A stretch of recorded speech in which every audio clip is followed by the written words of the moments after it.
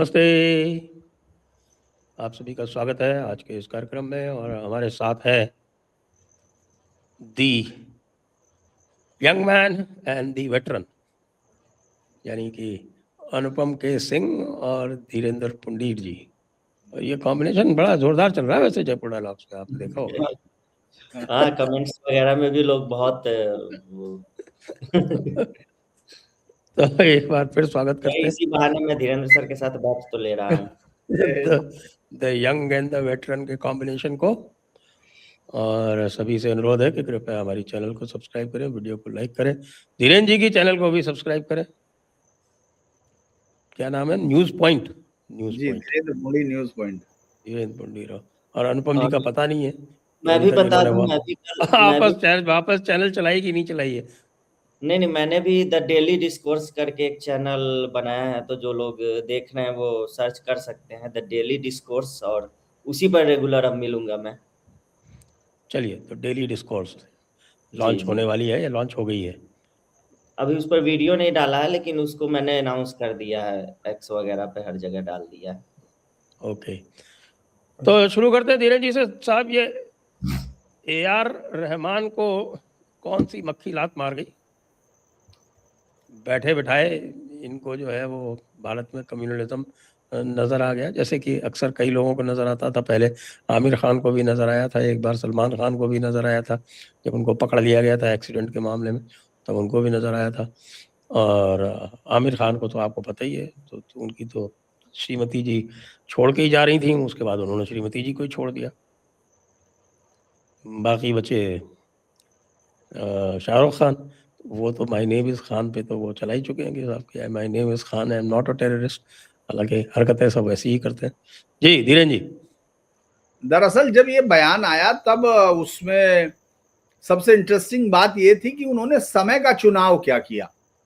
अगर आप इधर से उधर तक देखें, वो बीबीसी को इंटरव्यू भी दे रहे हैं और फिर समय का चुनाव भी कर रहे हैं, क्योंकि वो बात इस तरह से पूछी भी नहीं गई थी। उन्होंने बात अपनी तरफ से शामिल की है, अगर आप उसको गौर करेंगे। और वो उन्होंने फिल्म वो छाटी है जिसमें वो खुद उसमें म्यूजिक दे रहे हैं। वो मान रहे हैं कि मतलब पैसा भी ले लिया और उसके बाद उन्होंने वो भी कर लिया। वैसे तो कहते हैं कि नमक भी खाया, नमक हरामी भी की, उससे कम नहीं किया।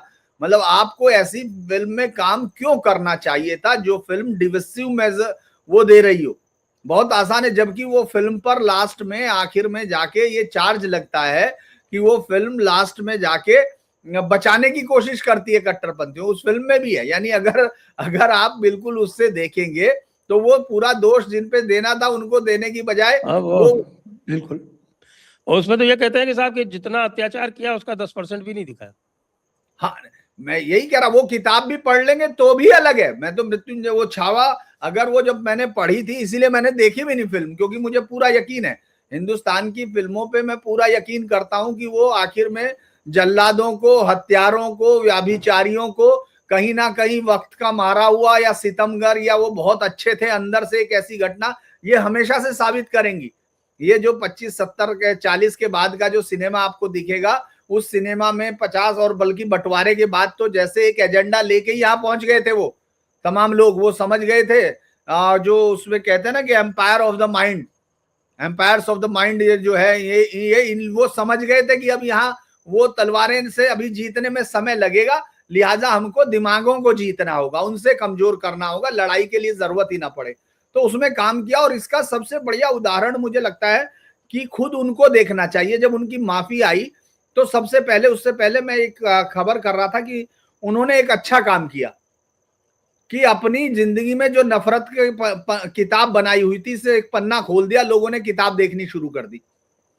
लोगों ने उन आदमियों को ढूंढ निकाला जिन्होंने इनके साथ, दरअसल मैं, और बल्कि आपके साथ सर मैं इस पे दिखाऊंगा नहीं, क्योंकि उसमें गाली वाली भी लिख देता हूं मैं उसको, चैट जीपीटी को और उन तमाम AI वालों को, वरना इसमें है, मतलब अगर मैं उसको छोड़ दूं, क्योंकि ये मैं अक्सर ये करता हूं कि वो देखता हूं कि वो उसका नैरेटिव क्या बन रहा है। तो आप ये सोचेंगे कि तमाम जगह पर जो शख्स इंटरव्यू उसने, जब मैंने सुबह किया कि भाई ये क्या कारण है, पिराई का जो उदाहरण जब सामने आया कि उसमें, तो उसने लिखा कि ऐसा आरोप है जो प्रूव नहीं हुआ। और इनका उसने कहा कि इन्होंने साहब वो इनके ऊपर इस तरह का दबाव था, ये था। तो मैंने पूछा कि भाई जिसमें विक्टिम खुद रहा हो, जिसने खुद जाके कहा हो और जिसने खुद फील किया हो, उसको घर में नहीं घुसने दिया इनकी माताजी ने, और सिर्फ इसलिए कि वो लगाए हुए हैं, वो कह रहा है और उसका कोई खंडन नहीं हुआ तब से आज तक, क्योंकि वो तो सब जगह, और क्योंकि तमिल में इंटरव्यू है, अगर आपने देखा होगा, वो उनका एक इंटरव्यू है, वो ले रहा है बराबर में बैठा हुआ लड़का, तो वो सब इंटरव्यू भी तमिल में है, सब जगह सर्कुलेट हुआ, तब तो किसी ने विरोध नहीं किया, इनकी माताजी भी थी तब, अब तो नहीं है वो। तो इसके बाद भी वो तो जिस आदमी ने भुगता, वो ये आदमी कह रहे कि चाइनीज मतलब ऐसी विस्पर है इनके पास, ये मतलब खुद नहीं इनको मिला, छावा में दे रहे, रामायण में दे रहे हैं। रामायण में तुम्हारा होना ही, अगर कोई धार्मिक बायस्ड वाकई कंट्री होता, या उस जगह पे वो जो जिसको हम उर्दू बोलते हैं, बॉलीवुड तो नहीं बोलते, वो जो है, अगर आप देखेंगे वहां आपका रामायण में देना ही संगीत एकदम आपके बयान का कंट्राडिक्शन है। लेकिन सवाल आपका है कि इन्होंने ऐसे समय में आखिर किया क्यों। देखिए मैं तो बहुत आसपास देख चुका हूं, क्योंकि एक तो मुझे इनका वो दिखा कि इन्होंने जो अपने घर में जिस तरह से ये दिखाने की कोशिश की थी, आपको याद होगा एक वीडियो है, वो इस पर भी पड़ा होगा, अभी सबको दिख सकता है जाके सोशल मीडिया पे, जिसमें इनके घर में एक पूजा करते हुए से दिख रही है और गीत गाया जा रहा है, वो एक जो भजन के तौर पर एक गाना है, वो सब फिल्माया जा रहा है। तो मुझे लगता है कि इनको काफी कुछ प्रेशर हुआ है, इनको बहुत सारा उन्होंने कहा है, क्योंकि आजकल इस देश में ये सब चीजें बढ़ेंगी, आप देखेंगे। और जिस तरह से हम ये देख रहे हैं कि जो खुलेआम होके जो संसद में ये कहा जा सकता है, और खुलेआम ये एडमिटेंस होती है कि हम नहीं कहेंगे वंदे मातरम, तो ये ऐसा नहीं है कि उनको कोई हुआ है, वो ये अपनी ताकत को एक्सर्ट करते हैं। तो या तो उसका एक क्लीन है कि साहब अब ये इंडस्ट्री में धुरंधर जैसी फिल्में आनी शुरू हो गई हैं, और ये पूरी इंडस्ट्री का मिजाज बदल रही है। क्योंकि मैं जब पहली बार छावा आई थी तो मैंने देखी नहीं थी, लेकिन मैंने एक अपने यहाँ वीडियो बनाते हुए मैंने कहा था कि मैं फिल्म इंडस्ट्री वालों को, इनको अच्छे से जानता हूं, क्योंकि मैंने इनके इतने स्टिंग किए, जो बड़े बड़े कलाकार हैं उन सब के, कि ये जो है जूती का, जो चमड़े की अपनी जूती बना के आपके पैर में पहना देंगे, बशर्ते आपके पास पैसा देने की हैसियत होनी चाहिए। वो बुरा, मैं इस बारे में कोई भी मतलब नहीं छुपाता हूं, क्योंकि वो स्टिंग तो हम लोगों ने आज तक पे चला है, बॉक्स ऑफिस पे कोई भी देख सकता है जाके, तो उसमें देखेंगे कि पैसे के लिए वो क्या क्या कह सकते हैं। लेकिन ये इंडस्ट्री जैसे ही छावा में पैसा आना शुरू हुआ था, तो तमाम लोगों को लगा था कि अब हिंदू फिल्मों पे या हिंदू सेंटीमेंट्स पे पैसा आ सकता है। तो मैंने कहा था कि अब ये बाढ़ आएगी, तो वो आने लगी। आपको याद होगा जब आशिकी फिल्म आई थी, मैं तो छोटा, मतलब हम स्कूल गोइंग थे, शायद ही कोई लड़का बचा हो जिसने आशिकी ना देखी हो, और शायद ही मुंबई का कोई प्रोड्यूसर बचा हो जिसने उस आशिकी जैसी फिल्म ना बनाई हो, वो सारी पिट गई थी, ऐसा बात है। तो मैं इसलिए बता रहा हूं कि मुंबई फिल्म इंडस्ट्री में या तो दो ही तरीका है, कि जिस तरह से अब एक ट्रेंड चला छावा के बाद, फिर आपने देखा इससे पहले कश्मीर फाइल्स पर, केरला उस पर स्टोरीज पर, इन सब पर जिस तरह से पैसा आना शुरू हुआ, तो ये जो नैरेटिव वॉर के लिए हमेशा आपसे बहुत आगे रहती है, जो इस्लामिक आइडियोलॉजी, जिहादी आइडियोलॉजी, जो हमेशा पिछले 40 सालों से नहीं, इसको तो ये कहना चाहिए कि ये अकेला धर्म होगा जो जब पैदा हुआ तो साथ में एक विक्टिमहुड का आड़ लिखवा के लाया था, जिसका रिचार्ज कंटिन्यू है, ऑटोमेटिक रिचार्ज है, उसमें कुछ करने की जरूरत नहीं, होता रहेगा। तो वो आप देखिए उस नैरेटिव में ये एक नया वार हो सकता है कि उसको पंचर किया जा सके। अब कहीं तो रोका जाएगा सर, धुरंधर ने तो बिल्कुल अब बिल्कुल सभी रिकॉर्ड तोड़ दिए, तो उनको धुरंधर से दिक्कत नहीं है, उनको आने वाली 5-10 धुरंधर जैसी फिल्मों से दिक्कत है, क्योंकि फिर तो नैरेटिव बदल जाएगा ना। आपने इस देश में गंगा जमुनी का तहजीब का कहानी, आपको ऐसा नहीं है कि आपको पहले से पिलाई जा रही थी, आप उसमें झूम रहे थे, नहीं। मुझे याद है गांव में बड़े आराम से कहा जाता था कि यकीन मत करना, यहां जाके मत्था मत टेकना, सबको मालूम था, वो इनको वो जानते थे। लेकिन जब से 60s का दौर आया, मैंने देखा पूरे हिंदुस्तान का, मैं तो इसलिए देखा का मतलब मैं उस समय था नहीं, लेकिन हम लोग तो जो पढ़ते हैं और जिनको देखते हैं, एनालाइज करते हैं, तो वो देखा कि उसके बाद ही आपके यहाँ बिल्कुल जो अगर था भी कोई शत्रुबोध, तो वो बिल्कुल डाइल्यूट हो गया, वो खत्म हो गया। आप ये समझना ही भूल गए कि छांगुर जो है बाकायदा ये लड़कियों को ले जाके, जिनके साथ मल्टीपल रेप हो रहे हैं, परिवार के लोग रेप कर रहे हैं, ये मैं वो बता रहा हूं, मतलब मैं FIR के बता रहा हूं, मैं मेरे तरफ से कुछ नहीं जोड़ रहा हूं, जैसे बहुत सारे लोगों को लगे। तो उसके बावजूद भी जाने वालों की संख्या नहीं रुक रही। आप देख रहे होंगे जिन बच्चियों को टुकड़ों में अभी भी रोज आपको दिखेगा, तो इसका मतलब ये नहीं है कि वो अपने से या ऐसा कुछ हो गया, प्रेम फूट रहा था, ऐसा नहीं, क्योंकि एक पूरी इंडस्ट्री खड़ी हो चुकी थी उन लोगों को क्रिएट करने के लिए। क्योंकि आपने देखा होगा कि अचानक वो क्रिमिनल है, वो चला रहा है, लेकिन अचानक देखता है कि नहीं यहाँ तो मस्जिद का या कुछ हो गया तो ऐसे कर लेगा। वो क्रिमिनल, वो हत्यारा, माफिया, डॉन सब, लेकिन ऐसे नमाज के कहने उसका तो कुछ नहीं हो सकता इस समय, तो उसने वो गोली नहीं चलाएगा जो नमाज पढ़ रहा। लेकिन जो आया पंडित जी वो यही करने ही आया है। तो ये जो सारा आइडिया जो मतलब जो पंडित जी का इंजाम है, वो पंडित जी का जैसे ही हम लोग, हमको याद है, मैं आपको बता रहा हूँ, दर्शक भी देखेंगे, याद कीजिए जैसे ही कन्हैया लाल आता था, आप कहते थे छोटे से बच्चे भी, अब ये इज्जत लूटेगा, चाहे वो पुजारी के वेश में था चाहे कुछ में था, वो देखते ही ये था कि ये हीरोइनों की इज्जत लूटेगा, क्योंकि वो अपने माइंडसेट ऐसे क्रिएट किए। तो अब वो माइंडसेट टूट रहा है, तो एक तरीका उसको पंक्चर करने का हो सकता है कि कम से कम एक सवाल करके, कुछ भी करके मैं मेरा काम तो कर लूं। क्योंकि एक जिहाद में एक हिस्सा ये भी है ना, उसमें कम निचले दर्जे का मिलता है, लेकिन उसमें भी मिलता है कि जब आप शत्रु को गलत सूचना देते हो, उसमें भी मिलता है। आप तो जिहाद का वो बता देंगे कौन सा मकाम है, लेकिन वो जो है गलत सूचनाएं देना और उन सब पर जो साथ में होता है, अलग अलग है ना जिहाद की किस्में। तो ये अपना काम कर रहे हैं, इनको इससे डर नहीं होगा या नहीं। दूसरा एक बड़ा कारण है कि तमिलनाडु में चुनाव के वक्त आप देखेंगे बहुत जबरदस्त तरीके से यहाँ आज की डेट में भी सनातन धर्म को 2 कोर्ट बेंच, हाई कोर्ट की, मदुरै बेंच, फिर डबल बेंच जजों की, फिर सुप्रीम कोर्ट, और सबके बावजूद आज तक दीपाथून पर दिया नहीं जलने दिया गया। आज तक भी दरगाह पे झंडा फहराया गया, जबकि जस्टिस ने ये कह दिया कि ये तुम कर क्या रहे हो।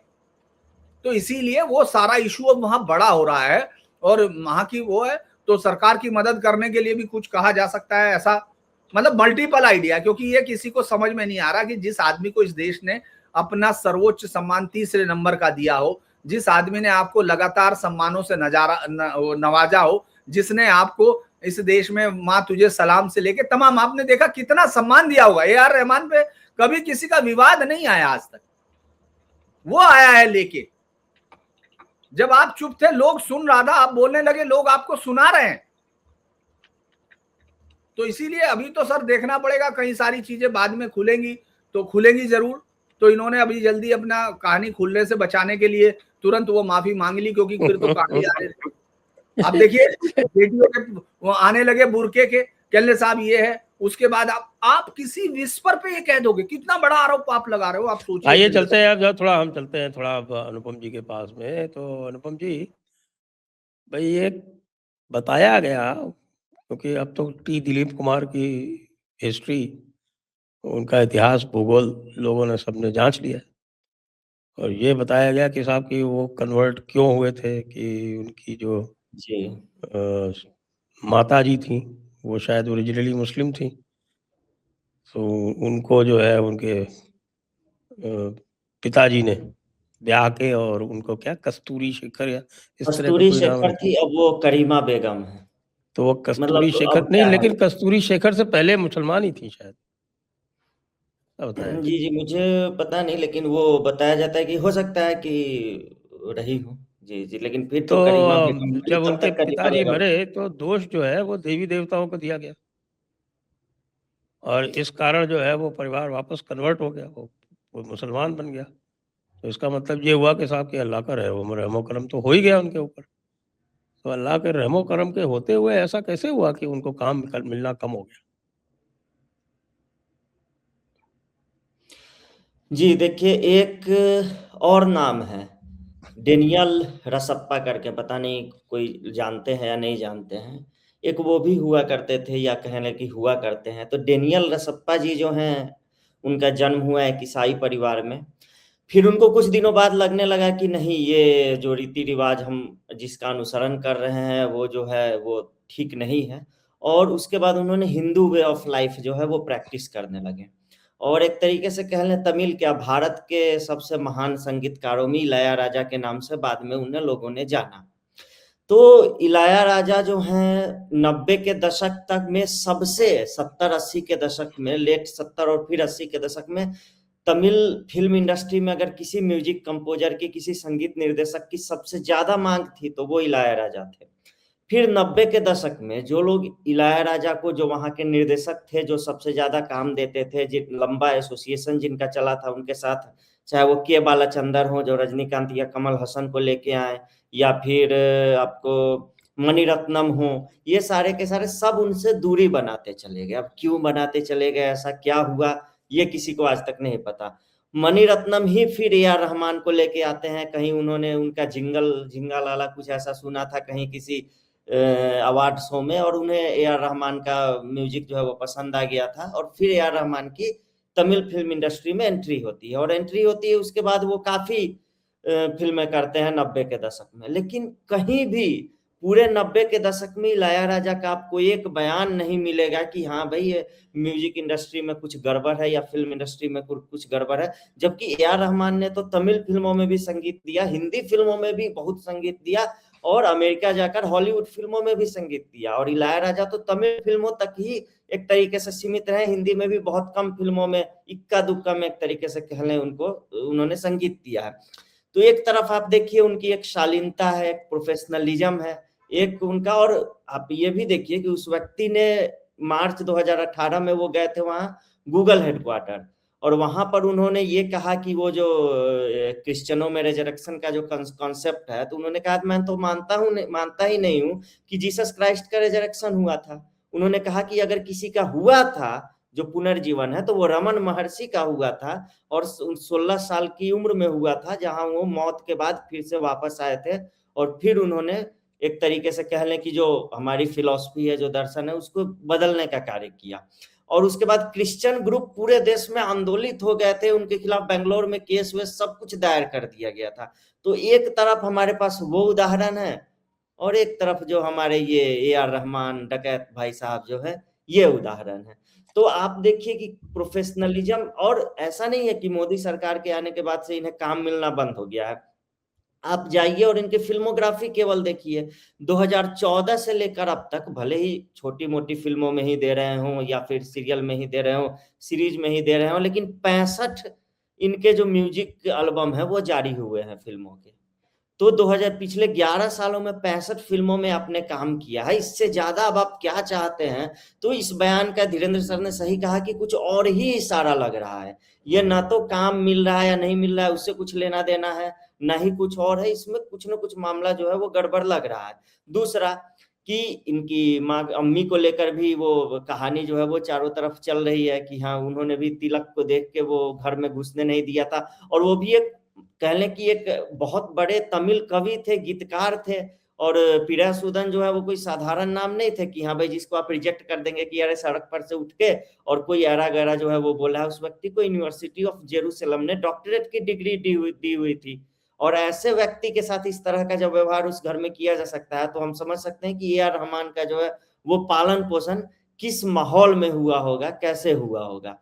और वो पेरासूदन को एम.एस. विश्वनाथन जो है वो कवि ज्ञानी कहते थे।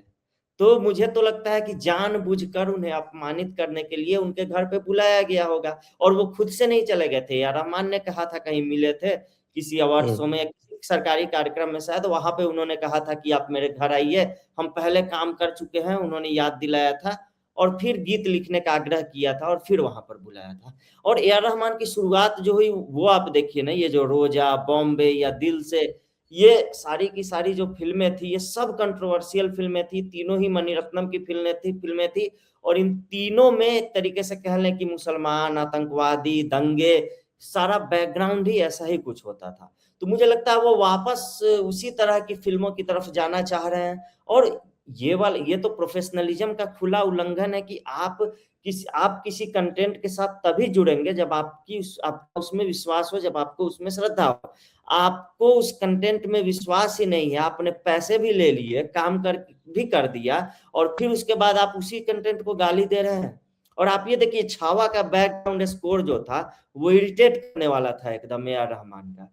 छावा में सब मतलब बाकी कुछ चीजें जिसमें विक्की कौशल का जो प्रदर्शन है वो बहुत सही था, इन्होंने वहां अरबी स्टाइल में म्यूजिक दिया है, कहीं ऐसा लग ही नहीं रहा है चाहे रामायण में भी अरबी स्टाइल में देंगे।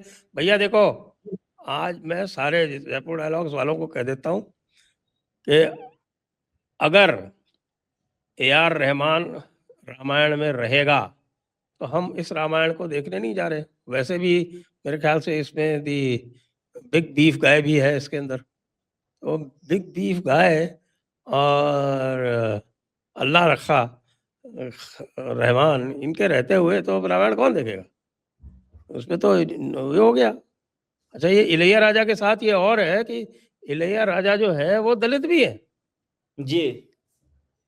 और वो और एक अपने आप वो कट्टर शैव भी कहते हैं कि मैं मतलब तब से आज कट्टर। कट्टर शैव है, कट्टर हिंदू है बिल्कुल। हाँ। और और उनका ये कहना इलैयाराजा है कि चाहते तो भैया अब कंपोजर कोई बचा नहीं है हिंदी फिल्म इंडस्ट्री में, सिर्फ प्रोग्रामर बचे हैं। तो अब प्रोग्रामर जी। का तो ए.आर. रहमान की प्रोग्रामिंग का क्या करना है हमको? भाड़ में जाए ये। टी दिलीप कुमार बनेगा अगर वापस तो बात करेंगे। और आज 80 से ऊपर की उम्र में भी इलैयाराजा के जो कंसर्ट हो रहे हैं, 4-4 घंटे के वो कंसर्ट करते हैं। फिर आज भी फिल्म निर्देशक जो है उनके घर के बाहर लाइन लगा के खड़े रहते हैं। क्यों? तो हमें आपकी फिल्मों को रिक्रिएट करने की आपसे अनुमति चाहिए। 600-700 फिल्में कर चुके हैं और इधर ये व्यक्ति है, बताइए, मतलब इसका अभी दिमाग खराब होने लगा एक तरीके से।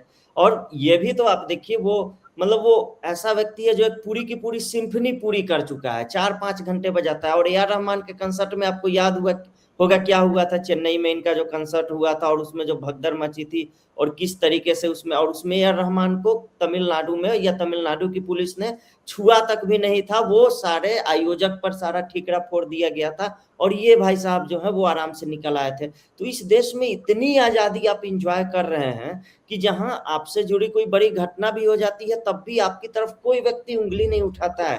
और फिर भी ये तो हामिद अंसारी सिंड्रोम मैं इसको कहूंगा कि एक तरफ हाँ पुरोहित है बिल्कुल। जो जेल में रह के भी आते हैं और कहते हैं कि हमारा देश महान है, और एक तरफ एक व्यक्ति जिसको 10 साल उपराष्ट्रपति बना दिया गया, वो आके कहता है कि नहीं नहीं, ये तो देश ठीक नहीं है, यहाँ पे तो असहिष्णुता है, ये है वो है। और इलैयाराजा चाहते तो दलित कार्ड आराम से खेल सकते थे।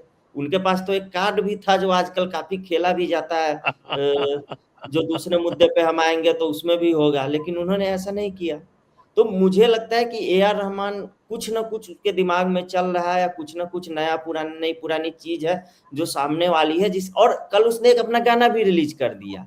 ये सारी कंट्रोवर्सी हो रही थी और देखा कि मैं चर्चा में हूं, तो तुरंत उसने प्रभु देवा के साथ एक गाना उसका था, उसको रिलीज कर दिया। तो मुझे लगता है कहीं ऐसा तो नहीं कि ये एकदम से बैकग्राउंड में नेपथ्य में चले गए हैं। इसे ऐसा लग रहा था कि कहीं सोशल मीडिया पे हमारी कोई चर्चा नहीं है, हम पर मीम्स नहीं बन रहे हैं, इंस्टाग्राम पर हम पे रील्स नहीं बन रहे हैं, तो थोड़ा सा ये एक बम फोड़ो और उसके बाद सुबह बम फोड़ो और शाम को अपना गाना रिलीज कर दो। तो मुझे तो ये मार्केटिंग टैक्टिक्स भी इनकी थोड़ी ना थोड़ी लग रही है। ना जी, बिल्कुल सही बात कह रहे हैं आप। और साहब धीरेन्द्र जी, ये यूसी जी का क्या मसाला कूद पड़ा बीच में आके? दरअसल कई बार क्या होता है ना कि सरकार को ये लग रहा है कि वो जो है, बड़ा इंटरेस्टिंग लगा, किसी ने अभी लिखा कि बीजेपी में जो है इस तरह के लोगों की बहुत भरमार हो गई है जो ये कहते हैं कांग्रेस के पास कोई मुद्दा ही मत छोड़ो, तो वो जो भी बोले वो पहले लेकिन जो भी आपको मैं बोले। थोड़ा मैं आपको इसका वो दे देता हूँ बैकग्राउंड, क्योंकि आज मैंने वो जो एक केस चल रहा है सीजेआई के यहाँ, वो आबिदा सलीम आबिदा सलीम तड़वी वाला, हाँ वो उस आबिदा सलीम तड़वी के साथ में एक दूसरा केस, और ये आईआईटी दिल्ली से रिलेटेड एक Amit Kumar versus union of India, वो चल रहा है आपके जस्टिस पार्टीवाला के कोर्ट में। तो जस्टिस पार्टीवाला जो कोर्ट जो है वो अभी पेंडिंग है, उसमें वो नेशनल टास्क फोर्स बनाने का लिखा है। और ये जो है को के 2019 में इसको फाइल किया गया था और 2023 तक इसमें सर्विस ही नहीं हुई थी। लेकिन जब 2023 में जब पहली बार जब इस पर सुनवाई होती है, तो पहली सुनवाई में भी यूजीसी कह देती है आके कि साहब कि हमने एक्सपर्ट कमेटी बना दी है और हम रेगुलेशंस चेंज करने जा रहे हैं। यानी more loyal than the king. अभी तक उनसे कुछ कहा ही नहीं गया, उसके पहले ही उन्होंने कार्यक्रम चालू कर दिया। और ये जो अमित कुमार वाला केस है उसमें तो इन्होंने बहुत ही एक ब्रॉड बेस्ड आउटलुक लिया है जिसमें जो कास्ट बेस्ड डिस्क्रिमिनेशन है वो छोटा सा एक पार्ट है, उसमें एकेडमिक सिचुएशन और आपके मेंटल हेल्थ, ये वो दुनिया भर की चीज़ें हैं। और आप Amit Kumar versus union of India डालेंगे तो आपको तुरंत मिल जाएगा गूगल पे। और इसमें जो है ये मुझे तो कम से कम ये दिख रहा है कि कोर्ट केस बहाना भर ही है, इसमें प्रोएक्टिव रोल तो यूजीसी ने प्ले किया है। जी धीरेन्द्र जी। देखिए, ये तो सीधी सी बात है कि आप ऐसा कोई भी, अगर आपने रिकमेंडेशन दी, मान लीजिए कोर्ट के उसमें ही दी, तो आपके लॉयर को काउंटर तो करना था ना। मान लो कोई ऐसी चीज आती, गाइडलाइन आती है, तो आप खुद ही लेके आगे और आप ये कहने लगे कि साहब हम लोगों को तो कोर्ट ने कहा है। मुझे लगता है कि इनके पास इनके बहुत शानदार वकील हैं जो इनको ममता बनर्जी की राय में भी यही देते हैं कि चलिए कोर्ट से निपटाते हैं, इसको सड़क पे निपटाने की जरूरत नहीं, चलिए कोर्ट वाला है वो हल कर देगा। उनको लगता है कि जैसे जनता सिर्फ आंखें बंद किए हुए देख रही है। इसको तो कोई दो तरह से आप देखते हैं, तो सामाजिक तौर पर ये देश, खुद आप कह रहे हो कि बटेंगे तो कटेंगे, आपका मुख्यमंत्री सब जगह जा जाके कह रहा है, गा रहा है वो कि बटेंगे तो कटेंगे।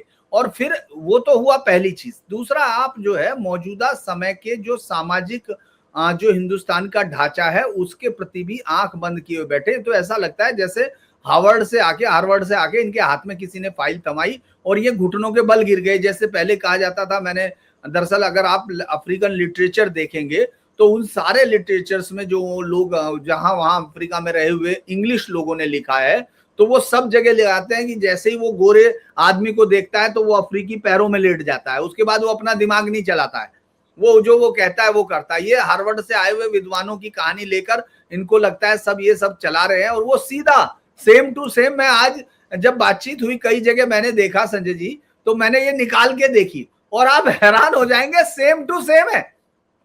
वो आदमी जो कह रहा है लगभग यही इन्होंने कर दिया। वो कह रहा है कि अमेरिका में वोकिज्म ये कर रहा है, ये सीधा वही कर रहे हैं। और आप सोचिए और वो आपके वो जो ट्रेनिंग मैनुअल जो है वो जेंडर वाली, वो भी देखी होगी आपने, वो पूरी वोकिज्म की मैनुअल है पूरा। मैं यही तो कह रहा कि ये कह रहा है कि इस तरह का एजेंडा चल रहा है, इन्होंने बता दिया कि हम तो उसी एजेंडे के आदमी हैं, आप समझ ही नहीं रहे हमको।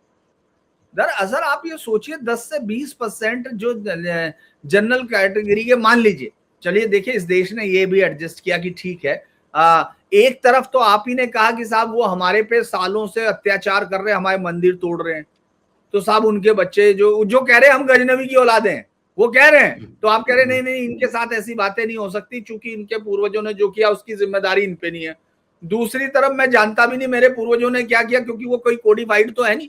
गांव में था तो वो सब बदल गया, मान लो गांव में था, आप देखते होंगे कि भाई बहुत जगह जाति को लेकर रहा होगा, लेकिन आज के समय मैंने तो देखा नहीं कि ना कभी आपने अपने बच्चों को कहा होगा, ना मैंने कहा, ना हमसे पहले किसी ने कहा कि भाई आप किसके साथ घूमोगे, उसकी जाति क्या होगी। मेरे तो सबसे पहली जो जाति की कॉन्शियसनेस आई वो जब मेरी पहली पोस्टिंग हुई जोधपुर में, तब पहली बार कॉन्शियसनेस आई कि भैया जाति भी कोई खास चीज होती है।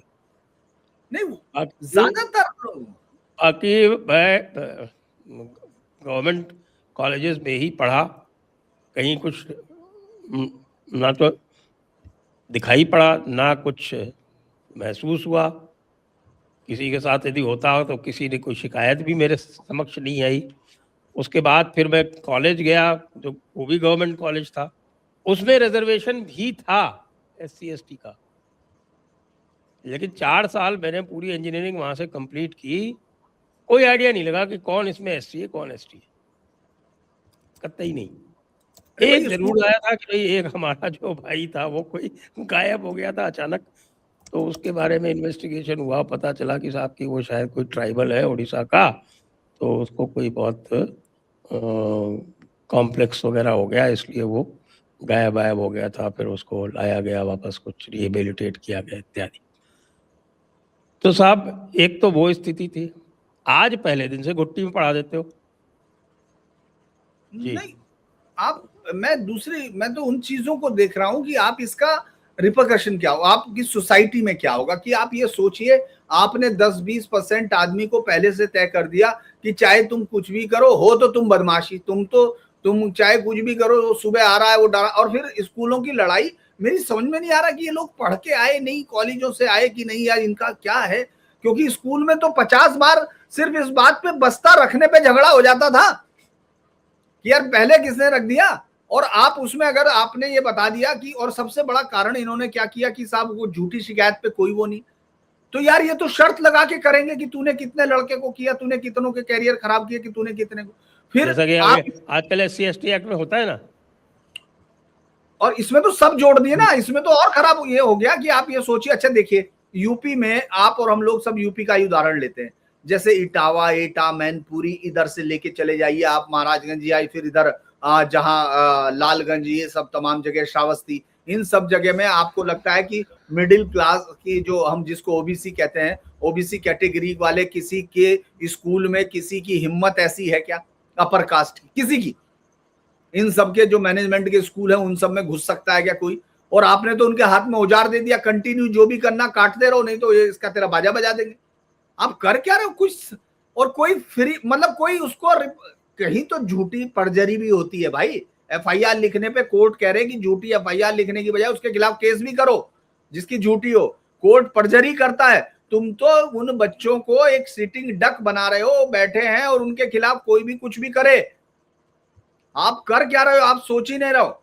एक तो वहां से पूरा का पूरा, मैं यही नहीं कह रहा हूं कि भाई आप क्या वो है रिजर्वेशन है या सब चीजें, सब चीजों को एडमिट किया भाई, सबने लिया, लेकिन ये तो आप उनके साथ, और लेफ्ट के एजेंडे को आप जानते हो, लेफ्ट के जो झूठे आरोप आज तक, वो नजीब गायब हो गया या फला हो गया। आप सोचिए रोहित वेमुला जो SC/ST नहीं है, SC नहीं है, वो केस आज तक उसकी याद में किया जा रहा। दूसरा, कल या परसों 10 साल शायद हुए हैं, 10 साल हुए कल या परसों ही। आप ये समझिए कि तमाम अंग्रेजी अखबारों में उसकी याद में लेटर और खबरें लिखी जा रही हैं। किसको यह याद है भाई? है वहां जो कर्नाटक में सरकार कर रही है उसका विरोध करने की बजाय आपने उससे बड़ा लाके दे दिया। इसीलिए मैं कह रहा था कि ये तो बहुत ही खतरनाक, क्योंकि मैंने पढ़ा नहीं था, मैं 2 दिन तक ऐसे ही सोच रहा था कि ठीक है बहुत सारे रेगुलेशंस आते हैं, लेकिन ये तो आप देखिए एक ऐसा है जो आने वाले समय के पूरे डायनामिक्स को बदल देगा। एजुकेशंस के बच्चे स्कूल नहीं जाएंगे, डर जाएंगे वो, क्योंकि ये तो उनके लिए मजाक। कुछ दिनों में स्कूल पे भी लागू किया जाएगा। हाँ, मतलब अभी डिग्री स्कूल का मतलब मैं ये कह रहा हूँ, मेरा कहने का मतलब कॉलेज से ही था, लेकिन मैं ये कह रहा हूँ वो जाने से इनकार कर देंगे भाई, क्योंकि लेफ्ट का तो एजेंडा यही है। अच्छा एक बात सुनो, कल ही वो पीयूष पांडे या कौन है लखनऊ में मारा उस लड़के को, उसको गाली देते हुए मारा कि ABVP का है, ब्राह्मण का है, ब्राह्मण है साला, ये कह के मारा। अब उसकी तो हमारे जो बीजेपी के जो सुनाम धन्य जो इंटेलेक्चुअल है, जिन लोगों ने आभास मल्लैयार की पुस्तक बैन करवाई भोपाल में, इनको ये भी आभास नहीं है, ये पॉलिटिकली भी इतने अवेयर नहीं है कि इसका सीधा इम्पैक्ट जो है वो ABVP पे होगा। वो समझ, मैं यही तो कह रहा कि ABVP को तो JNU जैसी जगह में एक लड़का नहीं बचेगा जो जेल के बाहर होगा, एक। और दूसरा सबसे बड़ा है कि आपको एक वर्ग, और अगर वोटिंग पे तौर पर भी देखें, मैं तो विशुद्ध एकदम बिल्कुल रूथलेसली पॉलिटिकली बात करता हूं, अरे एक वर्ग तुम्हारा वोटर है कंटिन्यू,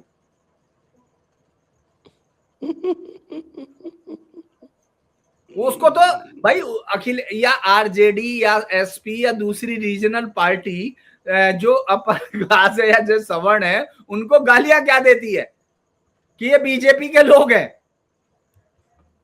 लेकिन इतना नुकसान तो उनको गाली खा के नहीं हुआ जितना उनको तुमको वोट दे के हो गया।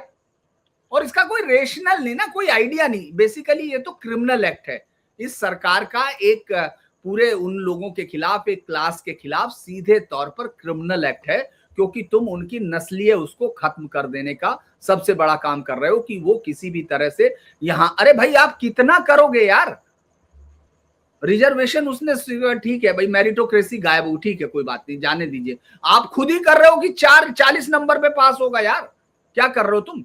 -40 पे, वहां -40 पे,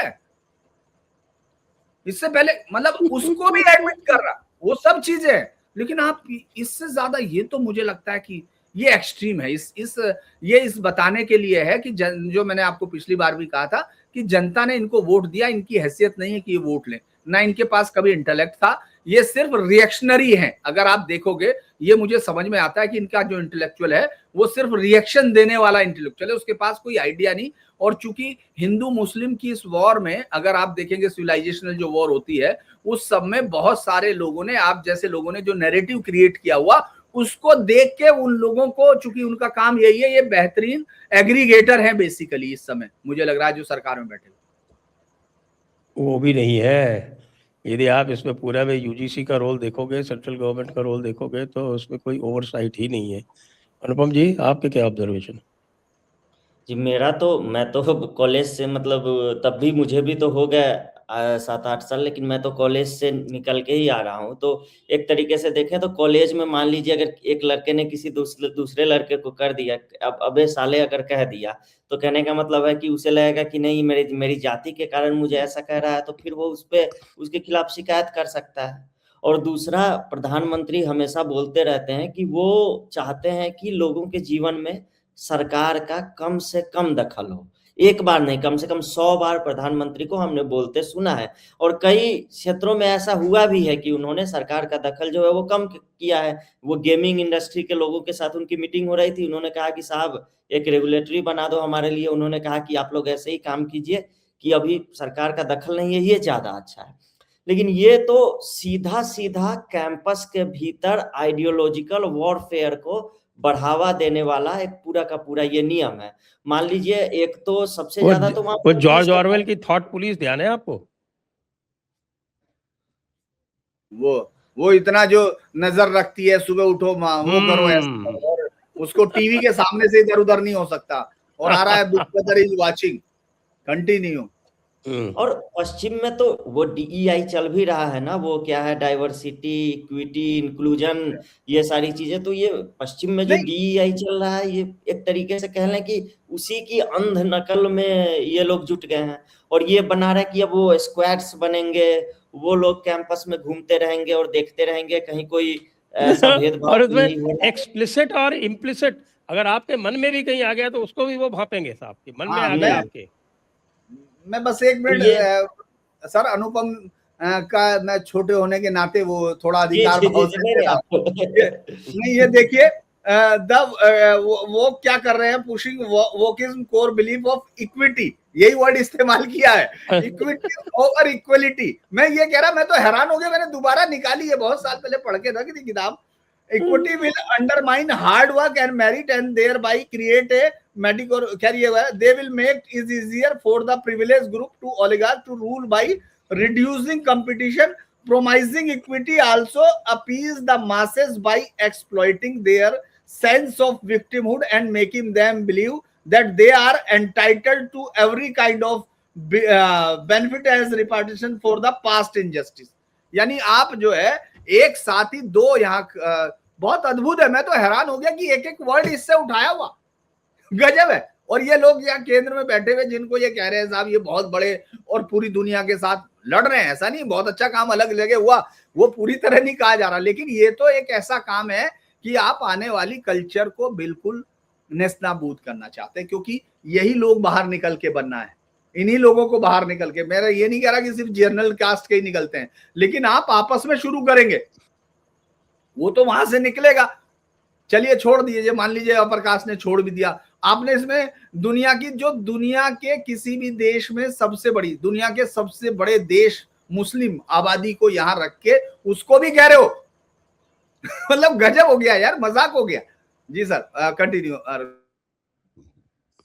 नहीं, मेरी आपत्ति तो इससे सबसे ज्यादा थी, ये जो इक्विटी एम्बेसडर बन रहे हैं या फिर इक्विटी स्क्वाड्स बन रहे हैं, ये क्या करेंगे। जैसे यूपी में रोमियो स्क्वाड बना था, तो उसका तो समझ में आता है, क्लियर विजन था कि हाँ भाई वो छेड़खानी को रोकना है। ये लोग घूम घूम के क्या रोकेंगे, और इनके पास कौन सी ऐसी मशीन होगी या इनमें ऐसा क्या होगा कि ये देखते ही किसी को स्कैन कर लेंगे वो, कि हाँ ये सामने वाला क्या सोच रहा है, उसके दिमाग में क्या चल रहा है, और तुरंत उठा के ले जाएंगे। ऐसा तो कैंपस रह ही नहीं गया। आपको आपने उसको एक तरीके से स्कूल कैंपस से सीधा, कॉलेज कैंपस से सीधा सीधा बना दिया कि अब वहां पर एक आइडियोलॉजिकल वॉर चलेगी पूरी की पूरी। और इसका सबसे ज्यादा फायदा मैं बता रहा हूँ जो वामपंथी उठाएंगे, जो अब तक कमजोर हो रहे थे तमाम यूनिवर्सिटीज में या फिर चुनाव में कह लें कि उनका वो जो पावर है वो घट रहा था, वो फिर से, ये अत्यधिक जागरूक लोग हैं, ये इतने जागरूक लोग हैं कि इनके अगल बगल क्या हो रहा है इन्हें दिखता हो या नहीं दिखता हो, लेकिन इनको गाजा से लेकर ईरान तक हर जगह कहाँ क्या हो रहा है,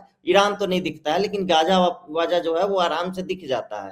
तो ये लोग जो अत्यधिक जागरूक लोग हैं, इन्हें पता है कि कोर्ट हमें कब जाना है, इनके लिए कोर्ट भी तुरंत खुल जाती है, इनके लिए तमाम जो नियामक संस्थाएं हैं वो भी तुरंत खुल जाती है, वो वहां पे तुरंत शिकायत लेके पहुंच जाते हैं। तो ये लोग इसका सबसे ज्यादा फायदा उठाएंगे। और कॉलेज कैंपस में क्या होता है, कॉलेज कैंपस में बच्चे जो है एक दूसरे के साथ रहते हैं और वो सीखते भी हैं एक दूसरे से, वो सीखने वाली प्रक्रिया में रहते हैं। और सीखने वाली प्रक्रिया में बोलचाल में रहन सहन में गलतियां होती है, अगर किसी ने किसी को कुछ कह दिया तो चार छात्र या फिर वो शिक्षक है उसका काम है वहां पर इंटरफेयर करना, वहां पे पुलिस का काम नहीं है। अभी तक तो ये है कि किसी भी यूनिवर्सिटी में अगर वीसी अनुमति नहीं देता है तब तक पुलिस अंदर नहीं घुसती है, वीसी की अनुमति के बाद ही पुलिस अंदर घुसती है। तो जब वो सीखने की प्रक्रिया में या उस उम्र में है और उस उम्र में आप उनको पुलिस कानून कोर्ट वाले अगर जंजाल में फंसाएंगे तो आप सोचिए कि आप कितनी बड़ी गलती कर रहे हैं, वो भी उस पीढ़ी के साथ जो आगे चलकर नीति निर्माता बनेगी या फिर तमाम कंपनियों में वो बड़े बड़े पदों पर जाएंगे, तो वो किस तरह की विचारधारा को प्रमोट करेंगे। क्योंकि ये सबसे बड़ा, इसमें सबसे बड़ी खामी ये भी है कि अगर किसी ने गलत शिकायत कर दी तो उसका क्या। जब भी कोई कानून बनता है तो आजकल ये भी ध्यान में रखा जाता है कि अगर किसी ने गलत शिकायत कर दी तो उस पर भी दंड लगना चाहिए, उस पर भी जुर्माना लगना चाहिए, उसके साथ क्या होना चाहिए। इसमें कहीं ऐसा प्रावधान नहीं है कि किसी व्यक्ति ने 100 बार अगर गलत शिकायत कर दिया और फंसा दिया 100 लोगों को और बाद में पता चल भी गया कि इसने 100 लोगों को फंसाया है, तो उसके लिए आपको सीधा हाई कोर्ट और सुप्रीम कोर्ट ही जाना पड़ेगा उसमें नया नियम ऐड करवाने के लिए। ये जो डॉक्यूमेंट है इसमें कहीं से कुछ नहीं है कि उस पर कहीं भी किसी भी प्रकार की कार्रवाई होगी। और सबसे ज्यादा छात्रों से ज्यादा डरे बेचारे प्रोफेसर, और खास करके वो प्रोफेसर वो अपनी जान बचाते घूमेंगे। वो तो है कि वो तो छात्रों को डांट भी देते हैं या फिर कह लें कि बेवकूफ वेवकूफ कुछ भी बोल देते हैं। भाई एक टीचर जो होता है वो छात्रों के भीतर एक सहनशीलता का भाव जो है वो भी भरता है, कि डिसिप्लिन का भाव है वो भी भरता है। वो सिर्फ ब्लैक बोर्ड पे, आजकल व्हाइट बोर्ड पे भी सिर्फ पढ़ाना काम नहीं है शिक्षक का, वो गढ़ता है कह लें कि छात्र को। अब वो शिक्षक बेचारा खुद डरा रहेगा। आप जो कह रहे हैं ये तो भारतीय परंपरा है ना, ये हमारे इसमें थोड़ी फिट होती है, वेस्टर्न फ्रेमवर्क में। जी अनुपम जी। हाँ जी हाँ, वही तो, ये खत्म हो जाएगी ना पूरी तरीके से कॉलेज कैंपस में से। अब छात्र शिक्षक ने, अब मान लीजिए वो छात्र जो है वो कुछ पढ़ के नहीं आया और शिक्षक वो टॉपिक पढ़ा रहा है और फिर उसने कुछ पूछ दिया, इसने नहीं बताया, इसने बोल दिया अरे बेवकूफ हो क्या या जाहिल हो क्या, जाहिल ही रहोगे क्या हमेशा, बड़े होकर कुछ करोगे नहीं क्या, करो क्या। या मान लीजिए ये बोल दिया कि बड़े होकर क्या करना है, ये नालियां साफ करनी है, या फिर तुमको कुछ ऐसा उसने कह दिया ये बताने के लिए कि पढ़ाई का महत्व क्या है, या फिर कोई अधिकारी बनना है, कुछ ऐसा बनना है, तो हो गया। वो तो जाके कह देगा कि मैं दलित हूं इसलिए मुझको नाली साफ करने के बारे में बोला, जबकि उस शिक्षक को एट द मोमेंट पता नहीं है कि सामने वाला सवर्ण है कि दलित है कि क्या है। तो बेचारे प्रोफेसर है वो जान बचाते हुए भागेंगे इसके बाद से, मतलब ऐसे। और खास करके वो पीएचडी वाले जो है तो उनका तो सीधा इंटरेक्शन रहता है छात्रों से, तो वो तो सबसे ज्यादा कह लें कि इसमें वो घूमेंगे। और अभी इसमें एक वो किस्सा आया था ना कि कौन भाई साहब है वो 11 साल के बाद भी मेडिकल कॉलेज क्लियर नहीं कर पा रहे। वो 17 साल हो गया उसको, 17, वो यूपी का है, वो कानपुर में। वो कह रहा मेरे पिताजी चाहते हैं कि मैं बनूंगा। तो ना भाई, और ऐसे बहुत सारे हैं जो सुसाइड नहीं हुए, उनमें से ज्यादातर केस वो थे, बहुत सारे केस मिले ऐसे। अभी आईआईटीज में पिछले कुछ समय डाटा आया था, आपको याद होगा, जिसमें कितने सारे आईआईटीज में पेंडिंग्स पड़े हैं, अब उनको हटा भी नहीं पा रहे। सवाल ये भी नहीं है, ये किसी पे तर्क की बात ही नहीं हो रही, बात ही हो रही कि आप जो बेसिक ह्यूमन राइट्स है, विधि के समक्ष समानता है, ये सब चीजें तिरोहित हो गई इसमें। अलग से बना देना, अलग से आईआईटी आईआईएम सब कुछ बना दे कि ये SC ST IIT, OBC IIT, हाँ, इसमें क्या दिक्कत है? वो उसमें उसी वर्ग के शिक्षक भी रखे जाए। हाँ, सारे शिक्षक वो रखें और वहां फिर ये नियम लागू कर दें। नहीं, फिर वो तो कास्टलेस हो तो जाएगा ना, नियम की फिर तो वहाँ जरूरत ही किसी नहीं है तरह का भाई, डिस्क्रिमिनेशन वहां होगा ही नहीं। आप वहां फिर वो अपने आप देखें, और बाकी सब में आप रिजर्वेशन भी रखो, ये भी नहीं मना कर रहे कि आप रिजर्वेशन मत रखो भाई, नॉर्मल में भी रखो, कम से कम उनको पढ़ने का इतना हौसला तो दे दो, वो आएगा तो अपने घर आराम से जाएगा, उसको कोई सिर्फ इसलिए नहीं पकड़ लेगा कि तू। ऐसा कर दें कि भाई देश भर में जितने भी कॉलेज इत्यादि हैं, उनमें जो है आप 50% से ऊपर वो एक्सक्लूसिव कर दो और बाकी 50% ओपन कर दो, क्या दिक्कत है?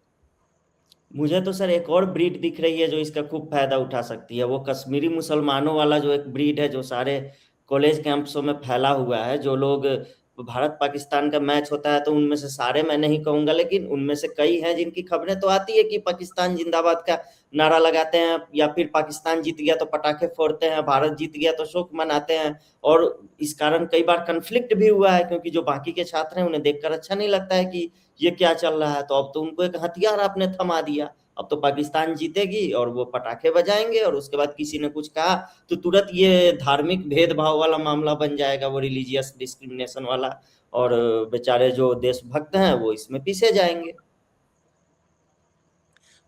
तो इसका उपाय क्या है, ये बताइए। मुझे इसका उपाय सीधा यही है कि ये इस पहले सबसे पहली तो बात ये है कि जो अनारक्षित वर्ग है, जिसको एक तरीके से आपने एक तरीके से बाहर ही कर दिया है कि नहीं भाई सारा डिस्क्रिमिनेशन होगा, सब कुछ होगा, वो यही करेंगे, बाकी कोई कुछ नहीं करेंगे। आप भारतीय और परंपरा SC ये ST OBC को क्लब कर दिया है। 82% कंप्लेंट्स SC ST एक्ट में OBC वर्ग के खिलाफ होती है। ओबीसी वर्ग के लोगों के खिलाफ होते हैं जी। और फिर भी इन्होंने एक ही में मतलब और एक तरीके जो से कर लिया। बाकी जो बचे उसमें से 10% या 12% मुसलमानों के खिलाफ होती है। मतलब इन्होंने एक तरीके से मान लिया है कि जो अनारक्षित वर्ग है वही सारा डिस्क्रिमिनेशन करता है, जो शिकायत आएगी एक तरीके से बायस्ड जो बोलते हैं, एक तरीके से इन्होंने ये मान लिया है कि वही सारा भेदभाव करेंगे।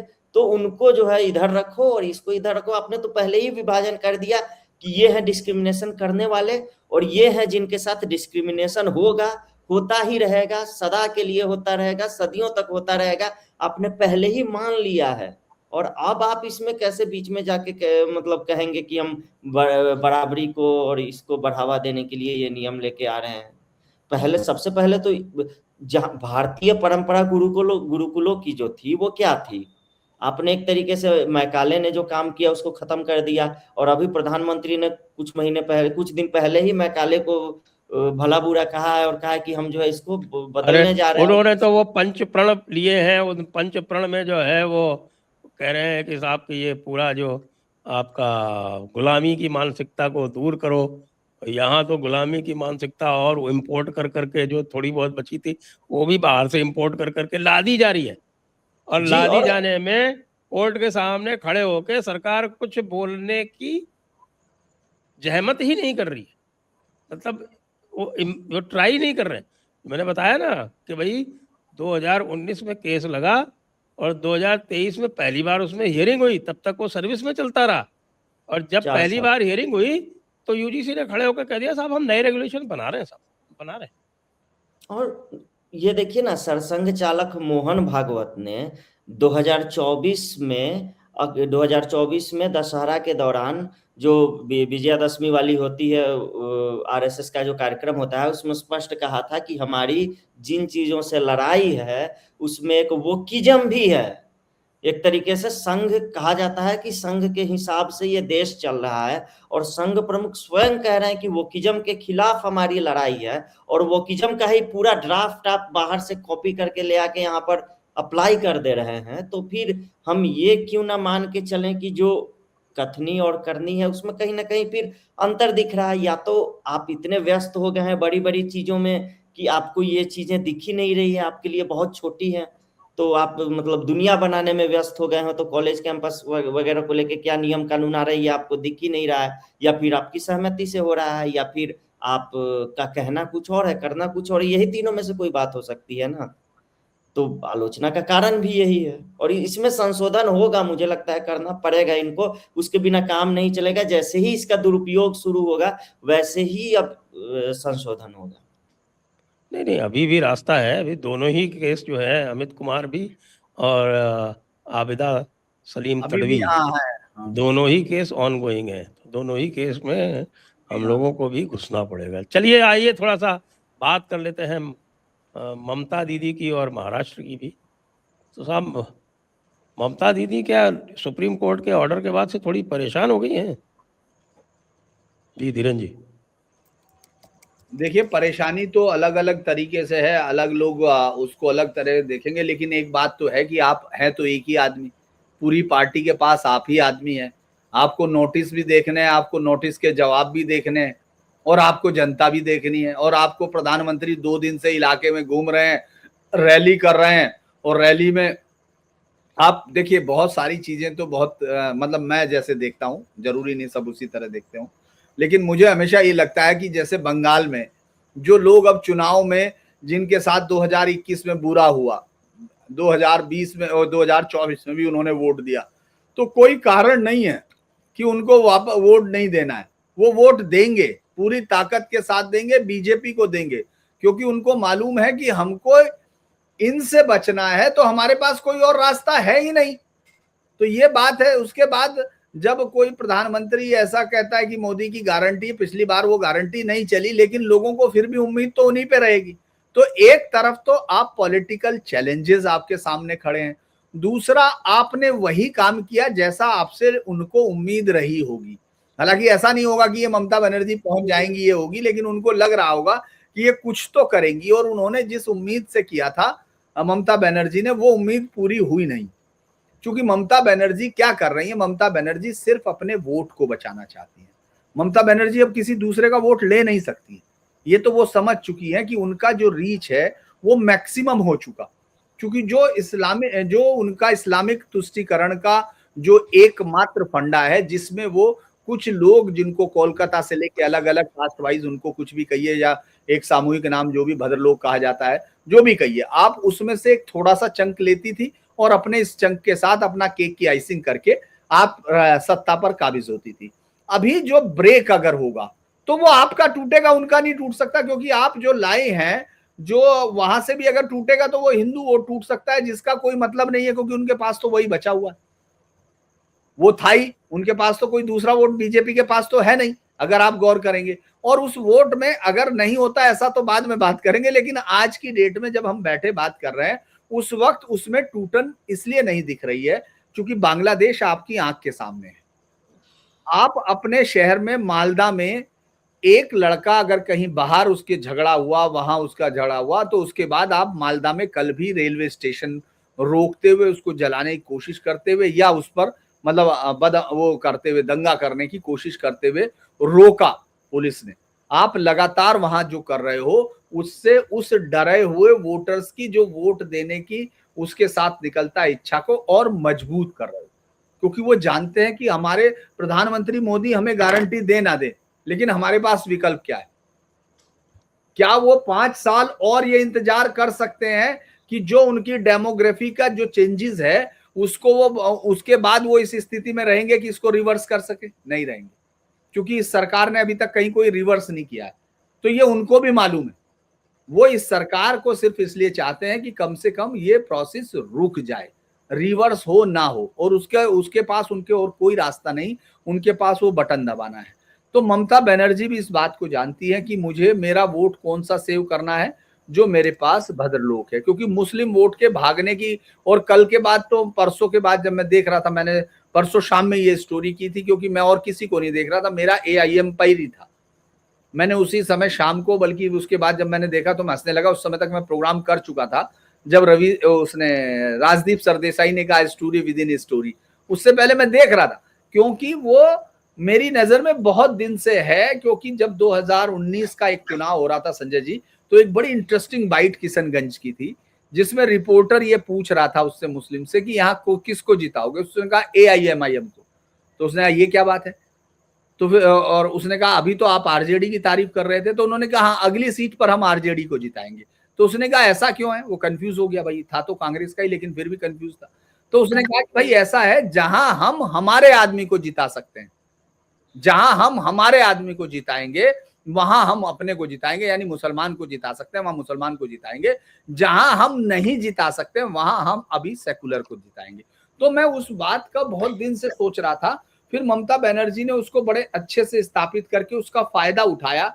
मैं भी सोचता हूँ ममता बनर्जी ने भी वही सुना होगा, हालांकि नहीं सुना होगा, लेकिन उन्होंने क्या किया आपने देखा, अधीर रंजन चौधरी जैसे नेता को, जिसको ये कहा जाता था भाई उसकी वो तो राजा है वहां उसका है, और तमाम हिंदू मुस्लिम गंगा जमनी तो खैर वहां जो भी है, मतलब मुर्शिदाबाद के और उसके आसपास के इलाके में जो भी जमनी तहजीब होंगी वो सब उसका वही मूर्त रूप था।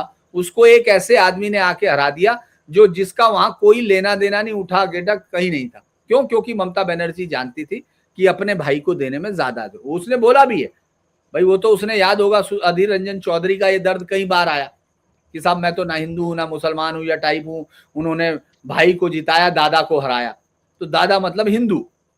तो वो जो भाई को जिताने वाला काम है वो ममता बनर्जी को इस वक्त परेशान कर रहा है, क्योंकि देखिए संख्या वहां कुछ भी होगी, वो देंगे शायद इन्हीं को दे देंगे, मान लो ये है, लेकिन वो कमजोर होगी, मनोबल कमजोर होता है अगर आईएसएफ और एआईएमआईएम और कांग्रेस ये कोशिश करती है कि वहां, या वो बेलडांगा वाला हुमायूं कबीर जो वहां, मैं जब भी उसको देखता हूं तो मुझे लगता है ये अकेला आदमी है जिसने इतिहास के सारे पन्ने मिटा के, उसको अब तक यकीन है वो सीधा बाबर का वंशज है और कोई है ही नहीं बीच में, वो असली बाबर का बेटा वही है।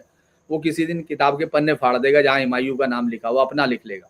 तो वो जो है ये सब अगर मिल जाएंगे तो आप उसको ये देखिए, ममता बनर्जी उन इलाकों में अपने लिए बिना बात की एक वो देख रही है, टसल देख रही है उसके बाद, और उसके बाद हिंदुत्व पे जितनी कड़ी चोट मतलब बीजेपी कर रही है, जिस तरह से वो कर रही है, और आ रहा है, ऐसा नहीं है कि वो हम लोगों तक भी जो आ रहा है वो ये बता रहा है परेशानी, और ऐसे में उनको कोर्ट का नोटिस जो है वो सीधा पूछ रहा है सर, इसीलिए वो यहाँ तक आए। उस दिन मैं बहस सुन रहा था, मैं तो उस पर भी देख रहा था, वो बार बार एएस राजू जो है आपने देखा होगा बार बार कह रहे थे कि यहाँ से एडजमेंट लेना था उसको, क्योंकि उनको मालूम था कि ये कहीं ना कहीं जैसे ब्यूरोक्रेसी अब वो हो चुकी है। आपने देखा पूरा डीजीपी खुद जाके ऐसा करता है, ऐसा कभी सुना डीजीपी हमने नहीं देखा कि इस तरह से खुद जाके उसमें इन्वॉल्व हो। चीफ मिनिस्टर कब देखा है? हाँ, मतलब आप ये सोच ले ऐसे छीन लेगा, फोन छीन ले, मुझे लगा ये बहुत दिनों पहले आप तो मतलब ये तो सीधी सीधी लूट मार है साहब। यस, तो वो सब में मुझे लगता है ममता बनर्जी परेशान है, इसीलिए आप देखेंगे वो उनको भी बताने लगी, मीडिया को धमकी देने लगी, चीफ जस्टिस ऑफ इंडिया को समझाने लगी, और उसके बाद अचानक कुछ समझ में नहीं आया तो जा जाके हर हर महादेव भोर भोर बोलने लगी, तो उनको समझ में नहीं आ रहा। इसीलिए मुझे लगता है हो सकता है जीत के, तो चूंकि पिछली बार भी उनके समीकरण अलग थे, लेकिन मुझे लगता है मुस्लिम वोट को जितना गाय को दूह सकती थी वो दूह चुकी, उससे ज्यादा उनके पास है नहीं, और हिंदू वोट मिलने का कोई कारण दिख नहीं रहा। और दूसरा महाराष्ट्र के मालेगांव में जो हुआ है उसने भी ममता बनर्जी को बहुत डरा के रखा है, क्योंकि मुसलमानों ने एक तरीके से अब ये बता दिया है ना कि हम अब छोटा भाई बन के नहीं रहेंगे, कि हमारी मजबूरी नहीं है कि हमेशा आपके छोटा भाई ही बन के रहें, लालू के छोटा भाई, मुलायम के छोटे भाई, ममता बनर्जी के छोटे भाई, ये हर जगह तो मुसलमान भी अब, एक तो असदुद्दीन ओवैसी जिनका हैदराबाद में गढ़ है और बिहार के सीमांचल में सीट जीतते हैं, तो जहां पे मौका मिला है वहां मुसलमानों ने ये बताया है, और अब वो बहुत एग्रेसिवली बता रहे हैं कि वार्ड लेवल से एक तरीके से उन्होंने शुरू किया है। आप देखिए 125 सीटें महाराष्ट्र में बाहर से आई हुई पार्टी का जीत जाना, जिसका महाराष्ट्र से कोई लेना देना ही नहीं रहा, और उसके और आप एक बात देखिए, ये लोग हैदराबाद से आते हैं लेकिन तेलुगु नहीं बोलता है इनमें से कोई भी। आज तक आपने कहीं भी विवाद नहीं सुना होगा कहीं भी कि ये लोग तेलुगु क्यों नहीं बोलते हैं। वो लोग जाके महाराष्ट्र में 125 सीट जीत जाते हैं। फिर मालेगांव में वो जो इस्लाम पार्टी वहां के एनसीपी का एक एमएलए निकल के, और यही पैटर्न हुआ है ना बंगाल में भी, जैसे वहां एनसीपी का एक एमएलए निकल के बना लेता है, यहाँ पे टीएमसी का एक एमएलए निकल के और उसने बना लिया है। आपका मुर्शिदाबाद है, नाडिया है, मालदा है, और 25-30 सीटें हैं लगभग इसमें। ममता बनर्जी को सोचिए कितना बड़ा नुकसान होने जा रहा है। तभी तो वो चीफ जस्टिस के सामने खड़े होकर कह रही है कि भाई आप डेमोक्रेसी बचाइए, जुडिशियरी बचाइए, हिस्ट्री बचाइए, ज्योग्राफी बचाइए, बाउंड्री बचाइए, मतलब एक तरीके से कहना फिजिक्स बचाइए, केमिस्ट्री बचाइए, सब कुछ उन्होंने कह दिया है। और दूसरा ये भी कि मीडिया ट्रायल भी इन्होंने कहा है रोक दीजिए। मतलब आपके खिलाफ हम जो बातें कर रहे हैं या फिर समाचार पत्रों में, टीवी चैनलों पर जो चल रहा है वो भी नहीं होना चाहिए। इनको इतनी आजादी चाहिए, तो डरी हुई तो होंगी ये। महाराष्ट्र निकाय चुनाव में जो हुआ है, मुसलमानों का जो रुख रहा है, उसको देखकर ये बहुत डरी हुई होंगी कि इनके साथ क्या होने वाला है। नहीं, तभी तो ये मतुआ समाज को कुछ ज्यादा ही वो पैम्पर कर रही है ना अभी, कि देखो बीजेपी ये नहीं। अब आप देख रहे होंगे अभी हालिया रैलियों में ये नहीं कह रही है कि बीजेपी ने मुसलमानों को बाहरी घोषित कर दिया है या उनको भगा रहे हैं, निकाल रहे हैं। अब बोल रही है कि, और इनकी पार्टी के भी सारे लोग बोल रहे हैं कि मतुआ समाज को बाहर निकाला जा रहा है, ये हिंदुओं के साथ अन्याय है, कि एक हिंदू समाज को बाहर किया जा रहा है, उसको प्रताड़ित कर रही है भाजपा। तो एक तरीके से सुप्रीम कोर्ट के में मामला जाने के बाद ये पूरा का पूरा खेल बदल गया है। और अभी आगे अभी देखते हैं, अभी तो भाजपा ने प्रधानमंत्री की अभी रैली हुई है, अभी तो भाजपा ने ठीक से चुनाव अभियान शुरू भी नहीं किया है। नितिन नवीन की आधिकारिक ताजपोशी हो जाए राष्ट्रीय अध्यक्ष वाली, उसके बाद भाजपा मुझे लगता है कि कैंपेन फुल फ्लो में किक स्टार्ट करेगी पश्चिम बंगाल में। जी, तो चलते चलते ये एकनाथ शिंदे क्या कर रहे हैं महाराष्ट्र में? सर वो जो है जश्न की खिचड़ी में कंकड़ मिला रहे।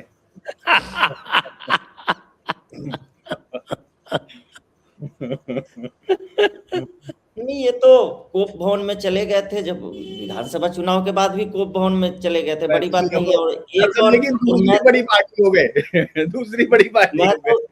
मैं तो एक और थ्योरी यहाँ पर देने जा रहा हूँ, जो हो सकता है कि बहुत लोगों को पसंद नहीं भी आए, लेकिन राजनीति में कुछ भी संभव है। शिवसेना और दोनों शिवसेना, भाजपा की जातीय दुश्मनी तो किसी से भी नहीं है। भाजपा जो है वो एक तरीके से कह लें विशुद्ध राजनीतिक पार्टी हो चुकी है, विशुद्ध चुनावी मशीनरी हो चुकी है। शिवसेना का अचानक से कहीं किसी ओपिनियन पोल में नहीं आ रहा था कि ये सीट जीत सकती है इतनी ज्यादा संख्या में। जमीन पर कहीं कोई लहर नहीं थी। मराठा समुदाय जो था वो विधानसभा चुनाव में एकनाथ शिंदे का समर्थन कर रहा था। फिर एक दो दिन में ऐसा क्या हो जाता है कि एकनाथ शिंदे कमजोर कड़ी साबित हो जाते हैं एनडीए गठबंधन की, विशेष करके बीएमसी में, और वहां पे वो कमजोर कर दिए जाते हैं और उद्धव ठाकरे इतनी ज्यादा संख्या में सीटें जीत जाते हैं। खुद उन लोगों को विश्वास नहीं हो रहा था कि हम इतनी ज्यादा सीटें कैसे डील गए। तो क्या एक दो दिन पहले मातोश्री और इधर कुछ डील हुई थी कि इनको जो है अब कमजोर कर देना है? मैं भी यही कह रहा था सिमिलर। मैंने कहा अगर एकनाथ शिंदे ज्यादा करेंगे तो भाई हमारे उद्धव ठाकरे तैयार बैठे हैं हमेशा। जी, जब ये नखरा करेंगे तो उनको मजबूत कर देंगे, जब वो नखरा करेंगे तो इनको मजबूत कर देंगे। तो ये राजनीति में कुछ भी संभव है। कल हो के उद्धव ठाकरे अगर कह दे कि मैं आना चाहता हूं, तो भाजपा में कौन ऐसा है जो कहेगा कि मत आइए, बुला लेंगे भाई, आ जाओ भाई। अब तो उनकी इतनी औकात नहीं रही ना कि अमित शाह को अपने घर बुलाकर इंतजार करा ले मातोश्री में, और खुद सिंहासन पर बैठ के और उनसे बात करें, और अमित शाह, विनोद तावड़े और देवेंद्र फडणवीस तमाम नेता गुलदस्ता दे उद्धव ठाकरे को। अब तो अमित शाह जाएंगे तो ये गेट पे गुलदस्ता लेके खड़े रहेंगे उद्धव ठाकरे। अब अमित शाह जाएंगे क्या, जब ये खुद जो है वो शरद पवार के आगे पीछे घूमते थे। अब तो वो तलब करेंगे सीधा। जिनके 36 वार्ड आए हैं, एमआईएम के 125 आए हैं।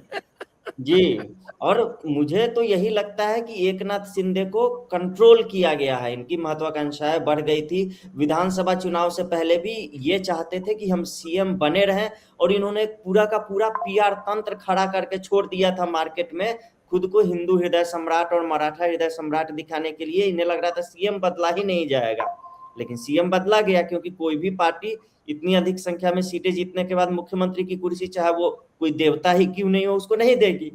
और दूसरी बात ये भी कि ये नखरा करेंगे अगर जरा सा भी, तो भाजपा के पास उद्धव भी तैयार बैठे हुए हैं। यहाँ ब्लैकमेलिंग बीजेपी की एक तरीके से ये है कि अब हम ब्लैकमेलिंग किसी की बर्दाश्त नहीं करेंगे। जी, तो आइए चर्चा को यहीं पर समाप्त करते हैं। सभी दर्शकों को बहुत बहुत धन्यवाद। धीरेन्द्र जी को, अनुपम जी को बहुत बहुत धन्यवाद। जय हिंद, जय भारत, वंदे मातरम। वंदे मातरम।